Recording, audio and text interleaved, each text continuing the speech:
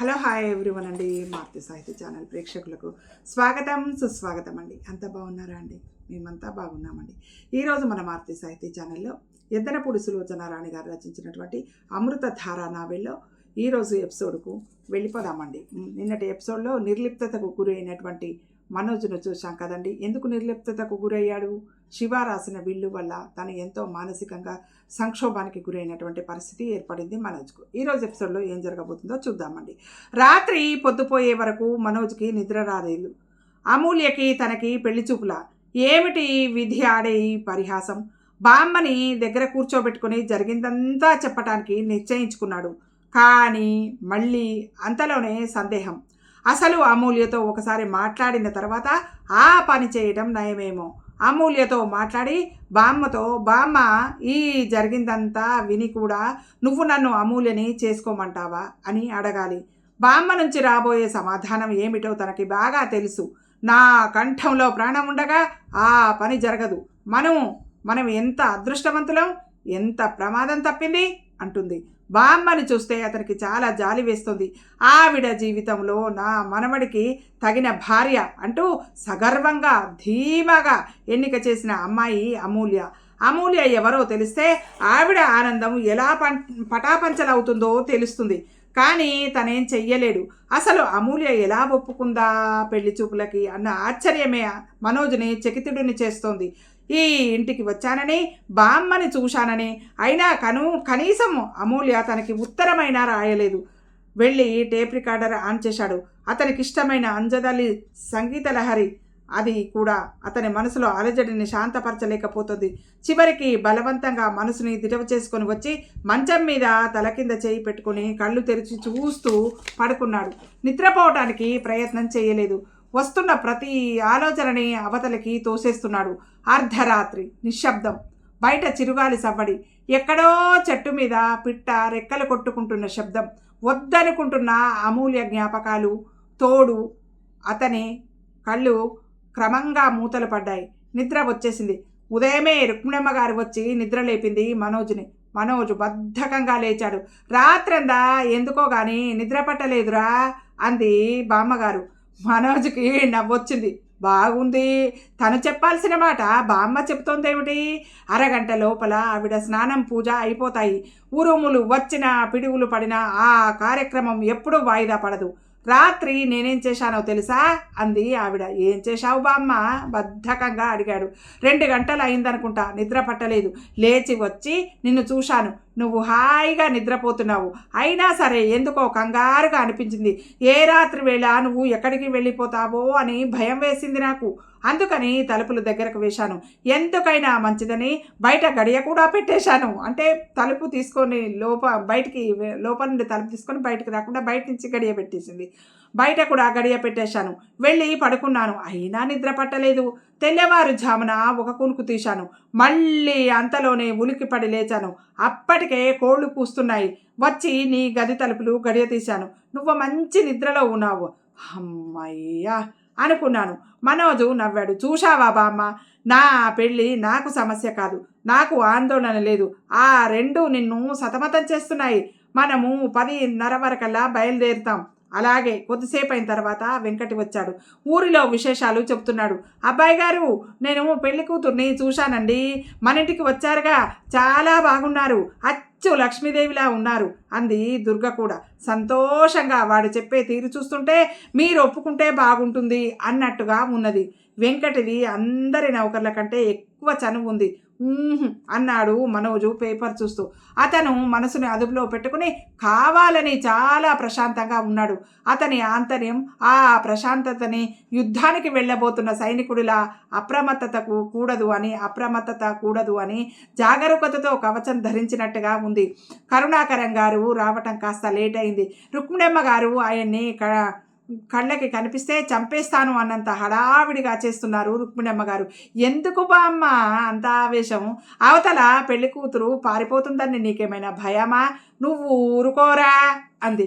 కరుణాకరం వస్తూనే చేతులెత్తి ఆవిడకి క్షమాపణ చెప్పేశాడు. క్షమించాలి, మా బావమరిది కొడుక్కి జ్వరం వచ్చింది, డాక్టర్ వస్తేను అని చెప్పాడు. బయలుదేరే ముందు సుస్తీల మాట చెప్పకండి అంది రుక్మిణమ్మ గారు వారిస్తూ. అంటే ఏంటంటే సుస్థి అన్న మాట కూడా ఆమెకు ఒక శకునంలాగా అనిపించింది అనమాట. అట్లా చెప్పకండి, బయలుదేరే ముందు సుస్థీల మాట చెప్పకండి అన్నారు రుక్మిణమ్మ గారు వారిస్తూ. కరుణాకరంతో పాటు ఆయన భార్య ప్రసన్నలక్ష్మి కూడా వచ్చింది.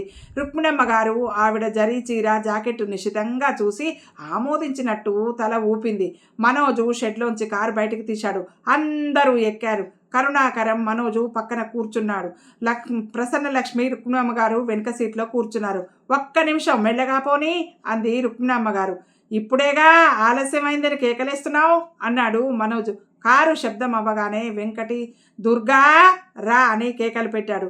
ఏమిటి, దుర్గ కూడా వచ్చేస్తోందా అన్నాడు మనోజ్. ఇంకెంతమంది వెంట వస్తున్నారు? బామ్మకి చాదస్తం ఎక్కువైంది, మనతో రావటం లేదు, ఎదురు వస్తోంది శకునం అన్నాడు కరుణాకరం. అప్పటికే దుర్గా మంచి చీర జాకెట్టు ధరించి తల నిండా పూలు, ముఖాన పెద్ద బొట్టు పెట్టుకొని నెత్తిన అరటి గెల, ఇంకో చేత్తో స్వీట్లు పూలు పెట్టిన బుట్ట చంకలో పెట్టుకొని కారు వైపు వస్తోంది. మనోజు అరచేయి నుదుట ఆనించుకున్నాడు. దుర్గా పళ్ళు పూలు స్వీట్స్ ఉన్న బుట్ట తెచ్చి సీట్లో పెట్టింది. ఏమిటి బామ్మ ఈ చాదస్తము, ఇదంతా ఏమిటి అన్నాడు మనోజు. నువ్వు ఊరుకోరా నాయనా అంది ఆవిడ బ్రతిమాలుతున్నట్టుగా. ఏదో మన సంప్రదాయం అన్నాడు కరుణాకరం. పిల్లని నేను పెళ్లిలో చూశాను, బంగారపు బొమ్మలా ఉంది అంది ప్రసన్నలక్ష్మి. మనమంతా చూశాం, కానీ అసలు వ్యక్తి చూడాలి కదా అన్నాడు కరుణాకరం. ఉదయం ఎండ హాయిగా ఉంది. కారు వస్తుంటే రోడ్డు మీద ఎదురైన ఒకళ్ళిద్దరూ మనోజ్ని చూసి నమస్కరించారు. పావురాలపల్లికి శివంగిపురానికి మధ్య ఒక చిన్న పాతకాలపు బ్రిడ్జి సరిహద్దు. వానలు బాగా కురిసినప్పుడల్లా దూరం ఉన్న కొండల మీద నీళ్లవాగులా వచ్చేసి ఆ బ్రిడ్జిని ముంచేసి ఒక్కొక్కసారి 2-3 రోజుల పాటు ఆ 2 ఊళ్లకు ఉన్న సంబంధాలు తెగ్గొట్టేస్తాయి ఆ నీళ్లు. చిన్నప్పుడు తను శివ సైకిళ్ళు నేర్చుకొని పందెం వేసుకొని ఈ రోడ్డు మీద ప్రథమంగా ఈ బ్రిడ్జి ఎవరు దాటారా అని పోటీ పడేవాళ్ళు. కారు డ్రైవ్ చేస్తుంటే సైకిల్ మీద తనకంటే ముందు వెళ్ళాలని ప్రయత్నిస్తూ శివ గలగలా నవ్వే నవ్వు మనోజు చెవుల్లో ప్రతిధ్వనిస్తోంది. ఒక్కోసారి విజేత అవటానికి తను మెల్లగా వెళ్ళేవాడు. అది గ్రహించిన శివ సైకిల్ కింద పారేసి వెళ్ళి బ్రిడ్జి అంచున కూర్చొని, పో, నీ దయాధర్మం నాకు అక్కర్లేదు, నువ్వు కావాలని ఓడిపోయావు అని అలిగి కూర్చునేవాడు. చూడు శివ, మనిద్దరం ఒక్కటే, వేరు, నేను వేరు నువ్వు వేరు కాదు. మనము గెలిచినా ఓడిపోయినా ఇద్దరం 50-50 ఎలాగో తీసుకోవాలి కదా. ఇదిగో దానిమ్మకాయ చూడు ఎంత బాగుందో అంటూ చూపించాడు. శివాకి దానిమ్మకాయలంటే చాలా ఇష్టం. శివ దాన్ని సరిగ్గా సగం చేసి ఇద్దరికీ పంచాడు. బామ్మ తిట్లు, శివ అలకలు, తన బ్రతిమిలాటలు శివ పోయిన తర్వాత ఇవి తన జీవితంలో అంతరించిపోయి ఏదో తెలియని లోటుని చూపిస్తున్నాయి. మనోజు డ్రైవ్ చేస్తున్న కారు బ్రిడ్జి దాటి శివంగిపురంలోకి వచ్చింది. కరుణాకరం పెళ్లివారి ఇంటికి దారి చెబుతున్నాడు. కారు ఒక డాబా ఇంటి ముందుకు వచ్చి ఆగింది. వద్దన్న మనోజు గుండెలు వేగంగా కొట్టుకోసాగాయి. ఇంటి యజమాని వరండాలో నిలబడి వీరి కోసమే వేచి చూస్తున్నాడు. కారు ఆగగానే ఏమేయో రా రా అంటూ వచ్చాడు. అతను కేక పెట్టాడు. ఆయన రుక్మిణమ్మ గారికి నమస్కారం చేశాడు. ఇడుగో మనోజ్ అంటూ చూపించింది. అమూల్యకి పినతండ్రి రంగారావు గారు అని చూపించింది. రండి రండి అంటూ సాదరంగా ఆహ్వానిస్తూ లోపలికి తీసుకువెళ్ళాడు ఆయన భార్య కాబోలు మంచినీళ్ళు కావాలా అంటూ ఎంతో మర్యాదగా అడిగింది. ఇంట్లో బాలింతరాలు ఉన్నట్టుగా ఆ పక్కనే ఉయ్యాలలో పసిపిల్ల నిద్రపోతుంది. కరుణాకరం రంగారావు ఏదో మాట్లాడుతున్నారు. మనోజ్కి హఠాత్తుగా ఈ నాటకం భరించలేనట్టుగా ఊపిరి ఆడనట్టుగా అనిపిస్తుంది. లేచి వరండాలోకి వెళ్ళిపోదామా అన్నట్టుగా అనిపిస్తుంది. అమ్మాయిని తీసుకురండి అంది రుక్మిణమ్మ గారు. మనోజు వరండాలోకి వెళ్లే ప్రయత్నం మానేసి అక్కడున్న పుస్తకం తిరగేస్తున్నాడు. 5 నిమిషాలు గడిచాయి. మనోజ్కి 5 యుగాలుగా అనిపిస్తుంది. అమూల్య వస్తుందా రాదా, ఉందా వెళ్ళిపోయిందా? అతని మనసులో తెచ్చిపెట్టుకున్న ప్రశాంతత సడన్గా గాలికి ఎగిరిపోయినట్టే ఉంది. తను చాలా రిస్క్ తీసుకున్నాడా, రాత్రి రాకుండా పొరపాటు చేశాడా? చెప్పలేని ఆదుర్ద, ఆశాభంగం వెల్లువలా రాబోతుంది. ఇంతలో పాంజేబుల చిరుగజ్జల ధ్వని సుతారంగా మోగింది. మనోజు కళ్ళు పుస్తకంలో నుంచి అప్రయత్నంగా గుమ్మం వైపు తిరిగాయి. అమూల్య వస్తోంది. అతను గాలి స్తంభించినట్టుగా ఊపిరి బిగబట్టి చూస్తున్నాడు. అమూల్య పాత సంప్రదాయ పద్ధతిగా జడ వేసుకుని పూలు పెట్టుకుని పెళ్లి కూతురులా తలదించుకొని వస్తోంది. రామ్మా రా, మేము అరగంట ఆలస్యంగా వచ్చాం కదూ బామ్మ అంటోంది. దానికి కారణం నేనేనమ్మా అన్నాడు కరుణాకరం. రామ్మా ఇలా రా, అక్కడ కాదు ఇలా వచ్చి నా పక్కన కూర్చో. అడుగో ఆ రోజు ఫోటోలో చూపించానే నా మనవడు మనోజ్ అని. అమూల్య అంది మనవడికి ఆవిడ చెబుతూ. మనోజు చేతులు పుస్తకాన్ని అప్రయత్నంగా పక్కన పెట్టేసినాయి. అమూల్య వైపు చూశాడు. అమూల్య కూడా తలెత్తి అతని వైపు చూసింది. క్షణం సేపు ఆ చూపుల కలయికలో కాలం బందీగా చిక్కిపోయినట్టుగా నిలిచిపోయినట్టుగా అనిపించింది. ఎన్నేళ్ల నుంచి ఈ అన్వేషణ. అమూల్యని చూస్తుంటే అతని మనసులో అమూల్యని చూడగలిగాను అనే ఆనందం, శివ మరణం గుర్తుకు వచ్చి విషాదం. ఇలా అపరిచితుల్లా చుట్టూ ఎవరెవరో ఉండగా కలుసుకోవడం మూగగా ఉండాల్సి వచ్చిందే అనే ఆవేదన. అతనికి ఆ పరిస్థితి బాధగా ఉండి నిస్సహాయంగా అనిపిస్తోంది. అమూల్య అతని పెదవులు అస్పష్టంగా అన్నాయి. ఇన్నేళ్ళు ఏమైపోయావు, ఎక్కడున్నావు? భుజాలు పట్టుకుని ఆవేశంగా అడగాలనిపిస్తుంది. అతని ముఖంలోకి రక్తం వేగంగా వస్తోంది. అవునరా అమూల్య, ఎవరు విన్నా ఎంత మంచి పేరో అంటున్నారు అంది రుక్మిణమ్మ గారు సంబరంగా. బామ్మ అన్న ఆ మాటలు అతని వెంట రాబోయిన ఆవేశానికి కళ్ళెం వేసినాయి. మనోజు అమూల్యనే చూస్తున్నాడు. దాదాపు 2.5 సంవత్సరాల తర్వాత చూస్తున్నాడు. తనకి తెలిసిన అమూల్యకి ఈ అమూల్యకి వ్యత్యాసం కనిపిస్తోంది. అమూల్య చిక్కింది. ముఖంలో, కళ్ళలో, పెదవుల మీద ఆ చిలిపి దరహాసపు లాస్యము మచ్చుకైనా లేదు. చాలా సీరియస్గా పెద్దల ఎదుట మాట్లాడని బుద్ధిమంతురాలులా మితభాషిలా ఉంది. మావాడు వస్తాడో, ఏదైనా పని ఉందని వీలు కాదని అంటాడోనని నిన్నటి వరకు నాకు అపనమ్మకం. మొత్తానికి వచ్చాడు. నువ్వు ఏదైనా అడగదలుచుకుంటే నిర్మొహమాటంగా అడగమ్మా, భయపడాల్సింది ఏమీ లేదు అంటోంది రుక్మిణమ్మ గారు. అమూల్య కళ్ళు ఆవిడ వైపు తిరిగినాయి. ఆ కళ్ళల్లో ఒక విధమైన నిరాసక్తి, యాంత్రికత. నువ్వు ఉద్యోగం చేయాలని అనుకుంటున్నావని మీ బాబాయ్ చెప్పారు. ఉద్యోగం చేయాల్సిన అవసరం ఏమిటమ్మా? ఆవిడ ఆరా తీసింది. నేను ఊరికే ఉండలేను కాబట్టి. అణకువగా ఉన్న ఆ కంఠంలో గులాబీ రేకుల మెత్తదనం అలాగే ఉంది. చిరునవ్వుతో అడిగిన దానికి జవాబు చెబుతున్నా ఆ నవ్వులో ఇదివరొక్కటి మెరుపు అనేది లేదు. మనోజ్కి వారి మాటలు వినిపించటం లేదు. అతనికి వెంటనే లేచి, ఇంకా చాలు ఆపండి ఈ నాన్ సెన్స్, ఇక నేను భరించలేను. అమూల్య లే, నాతోరా, నీతో నేను మాట్లాడాలి అని ఆమె చెయ్యి పట్టుకుని లాక్కెళ్ళి కారులో కూర్చుని వారందరికీ దూరంగా తీసుకువెళ్ళాలని అనిపిస్తుంది. అమూల్య అతని వైపు మళ్ళీ చూడనే లేదు. బామ్మ అడిగిన దానికి, కరుణాకరం గారు అడిగిన దానికి సమాధానాలు చెబుతోంది. ఆ కూర్చోవటంలో విసుగు లేదు. ఆ జవాబులు చెప్పటంలో మర్యాదకి ఏ మాత్రం లోపం లేదు. రుక్మిణమ్మ గారి ఆదేశంపై ప్రసన్నలక్ష్మి అమూల్యకి బొట్టు పెట్టి, జడలో పువ్వులు పెట్టి, అరటిపళ్ళు కొన్ని గెల నుండి తీసి స్వీట్ ప్యాకెట్తో కలిపి అమూల్య చేతుల్లో పెట్టింది. అమూల్య బొమ్మల వారు చెప్పినట్టు చేస్తోంది. ఆ ముఖంలో ఇష్టత, అయిష్టత, ఈ రెండిటికి చెందని నిర్లిప్తతా భావం ఉండటం మనోజు దృష్టికి అందకపోలేదు. రంగారావు గారు స్వీట్స్ తెచ్చి అందరికీ ఇచ్చారు. మనోజు వద్దని తిరస్కరించాడు. అతనికి వీరంతా కలిసి అమూల్యని బాధ పెడుతుంటే ఓర్మితో చూస్తూ ఉండటం శక్తికి మించిన పనిగా అనిపించింది. రుక్మిణమ్మ గారు కబుర్లు చెబుతోంది. ఆవిడికి ఇష్టమైన వాళ్లతో సరదాగా నవ్విస్తూ ఎలా అరమరికలు లేకుండా మాట్లాడి సంతోషపెడుతుందో అలా సాగుతోంది సంభాషణ. ఆవిడ కరుణాకరం గారిని దగ్గరికి పిలిచి మెల్లగా ఏదో చెప్పింది. ఆయన తల ఊపి మనోజ్ దగ్గరికి వచ్చాడు తగ్గు స్వరంతో. బామ్మగారు మిమ్మల్ని అమ్మాయితో ఏదైనా మాట్లాడమంటున్నారు అన్నాడు. నేను అమూల్యని నా వెంట తీసుకెళ్తానని చెప్పండి అనేశాడు. ఆయన వెళ్ళి చెప్పాడు. ఆవిడకి ఈ మాట వినగానే ఒక్కసారిగా ఆనందంతో ముఖం వికసించింది. అమూల్య పినతండ్రిని పిలిచి చెప్పింది. మనోజ్కి అసహనంగా ఉంది. అమూల్యతో మాట్లాడడానికి తనకి వీరందరి పర్మిషన్ కావాలా? కానీ అతను ఏం చేయలేకపోతున్నాడు. అమూల్య ఎంత సహజంగా వారితో ఉందంటే తను అనుక్షణం ఏం మాట్లాడినా అప్రమత్తంగాను అసభ్యంగాను అనిపించేట్టుగా ఉంది.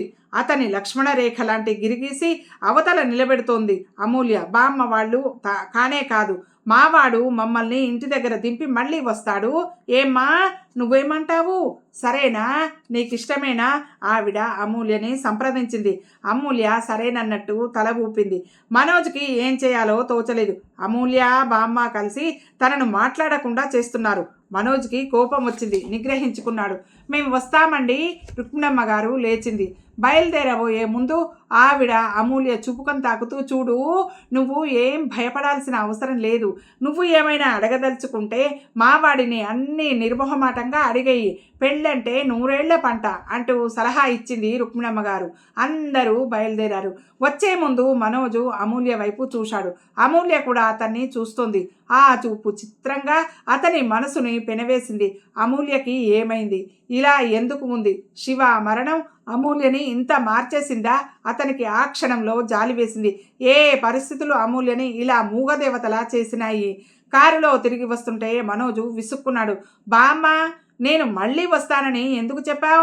అప్పుడే మీరంతా అవతల గదిలోకి 5 నిమిషాలు వెళ్తే సరిపోయేది కదా. ముందు అమూల్య ఎలా ఉందో చెప్పు అంది రుక్మిణమ్మ గారు ధీమాగా. ఆవిడకి అమూల్య నచ్చిందనే ధైర్యం వచ్చింది. ఆవిడ అనుకున్నదే నిజమైంది. అమూల్య నచ్చకపోవడం అంటూ జరగదనే ఆశ నెరవేరింది. చెప్పు మనం, అమ్మాయి ఎలా ఉంది? నువ్వు నన్ను పెద్ద ఇబ్బందిలో పడేశావు బామ్మ, విసుక్కున్నాడు. నువ్వు ఎప్పుడు అనే మాటేగా అది అంది చిరునవ్వుతో. ఆవిడలో బయలుదేరినప్పటి చిరాకు, ఆందోళన మచ్చుకైనా లేవు. అవన్నీ వేరు, ఇది వేరు. ఇది చాలా పెద్ద ఇబ్బంది. అలాగా, ఏం చేస్తాం మరి?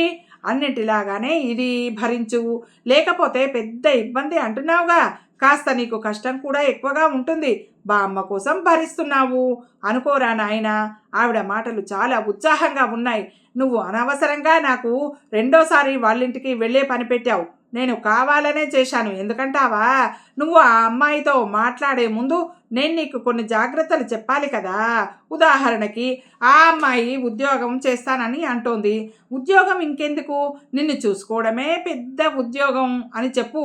అలాంటివి ముందే నిష్కర్షగా మాట్లాడుకోవాలి. ఏమంటావు కరుణాకరం గారు, మీరేమంటారు? బామ్మ లౌక్యంలో చతురత ఉంది. అక్కడ అమూల్యకి నీ ఇష్టం వచ్చినవి అడుగు అంది. ఇక్కడ తనకి పగ్గం వేస్తోంది. అంటే 2 వైపులా ఎవరికేది చెప్పానో అది చెప్పింది. అంతేనండి, అంతే, అదే మంచి పద్ధతి. వాళ్లతో ఇక తర్కించడం శుద్ధ దండగా అనుకున్నాడు మనోజ్. ఎందుకంటే సమస్య ఏమిటో వాళ్ళకి తెలియదు. తెలియని వాళ్ళు ఏదేదో చెబుతారు. చిరాకు పడడం తన తప్పు. మనోజు ఇంటి దగ్గర దిగగానే నేను వెళ్ళి వస్తాను అన్నాడు కారు స్టార్ట్ చేస్తూ. మంచివాడివే, ఈ టైంలో వెళ్తే వాళ్ళు భోజనం చేయమంటారు, లేదంటే బాగుండదు. భోజనం చేసి వెళ్ళు అన్నాడు అంటూ ఆదేశించింది. మనోజు తప్పనిసరిగా ఇంట్లోకి వచ్చాడు. వెంకటి ఆనందంగా ఎదురు వచ్చాడు. వాడి ముఖంలో ప్రసన్నత మనోజ్కి అర్థమవుతోంది. అప్పుడే వీళ్ళంతా అమూల్యని తన భార్యగా నిర్ధారణ చేసేస్తున్నారు. భోజనం చేస్తున్నాడే కానీ మనోజు మనసు అంతా ఆందోళనగా ఉంది. అమూల్య మళ్ళీ వెళ్ళేసరికి ఉంటుందా, మాయమైపోతుందా? అతనికి వచ్చేటప్పుడు బామ్మ అడిగినది గుర్తుకు వచ్చింది. మావాడు మమ్మల్ని ఇంటి దగ్గర దింపి మళ్ళీ వస్తాడు. ఏమ్మా నువ్వేమంటావు? సరేనా? అమూల్య సరేనన్నట్టు తల ఊపటం గుర్తుకు వచ్చింది. అమూల్య ఇప్పుడు ఇక తనని తప్పించుకోలేదు. బామ్మ అమూల్య కనిపించకుండా వెళ్ళిపోతే ఊరుకునే మనిషి కానే కాదు. భోజనం చేసి లేస్తుంటే ఊరి పెద్దయిన జగన్నాథం గారు వచ్చారు. మనోజ్, నువ్వు వచ్చావని తెలిసింది. మన ఊరికి కాలేజీ ఎప్పుడు వస్తుందని అందరూ నన్ను చంపేస్తున్నారు. వాళ్ళంతా 4 గంటలకి వస్తామని అంటున్నారు. 4 గంటలకి వద్దు, నేను పని మీద వెళ్తున్నాను. తిరిగి రాగానే కబురు చేస్తాను. అలాగే అన్నారా ఆయన వెంటనే వెళ్ళిపోలేదు. మనోజు మాటికి టైం చూసుకుంటున్నాడు. రుక్మిణమ్మ గారు దగ్గరికి వచ్చి తగ్గు స్వరంతో అంది. కంగారు పడకురా, నువ్వు మరీ అంత పరిగెత్తినట్టుగా వెళ్ళటం అలసవుతుంది. కాస్త టైం తీసుకొని వెళ్ళటమే మంచిది. అబ్బా బామ్మ, సరే నీ ఇష్టం అతను బయలుదేరేసరికి 4:30 గంటలు దాటిపోయింది. కారు శివంగిపురం వస్తుంటే అతనికి మరీ అనిపించసాగింది. ప్రతిసారి తను ఎదురు చూస్తూ గడిపితే ఇప్పుడు ఆ వంతు అమూల్యకి వచ్చింది. తను వెళ్ళేసరికి అమూల్య ఉంటుందా ఉండదా ఈ సందేహంతో అతని మనసు డోలాయమానంగానే ఉంది. కానీ చిత్రంగా అతనికి రవ్వంత కూడా ఆదుర్దాగా అనిపించటం లేదు. అతనికి అర్థం కానిది ఒక్కటే, ఉదయము తను వెళ్ళినప్పుడు అమూల్య ఆ నాటకం లాంటి పెళ్లి చూపుల తతంగం ఎందుకు అంత సహనంగా భరించింది? అమూల్య అంత తెచ్చిపెట్టుకున్న మర్యాదగా తల వంచిన ఆ పరిస్థితులు ఏమిటి? అమూల్య ఇన్నాళ్ళు ఏం చేసింది? ఎక్కడ ఉంది? తనతో ఈ పెళ్లి చూపులకి అంగీకరించే పరిస్థితి ఏమిటో అతనికి ఊహకి అందడం లేదు. ఇది అండి ఈరోజు ఎపిసోడు. ఈ ఎపిసోడ్ మీకు నచ్చినట్టయితే లైక్ చేయండి, షేర్ చేయండి, మనమార్తి సాహితీ ఛానల్ని సబ్స్క్రైబ్ చేయండి. మీ అందరి ఆశీస్సులు, ఆదరాభిమానాలు, లైక్లు, షేర్లు, సబ్స్క్రిప్షన్లు మనమార్తి సాహితీ ఛానల్కి ఎల్లవేళలా ఉండాలని మనస్ఫూర్తిగా కోరుకుంటూ, మనందరం ఆనందంగా, ఆరోగ్యంగా, సుఖంగా, సంతోషంగా ఎల్లవేళలా ఉండాలని మనస్ఫూర్తిగా కోరుకుంటూ రేపటి ఎపిసోడ్లో మళ్ళీ కలుసుకుందామండి. ఉంటానండి మీ మార్తి సాహితీ ఛానల్.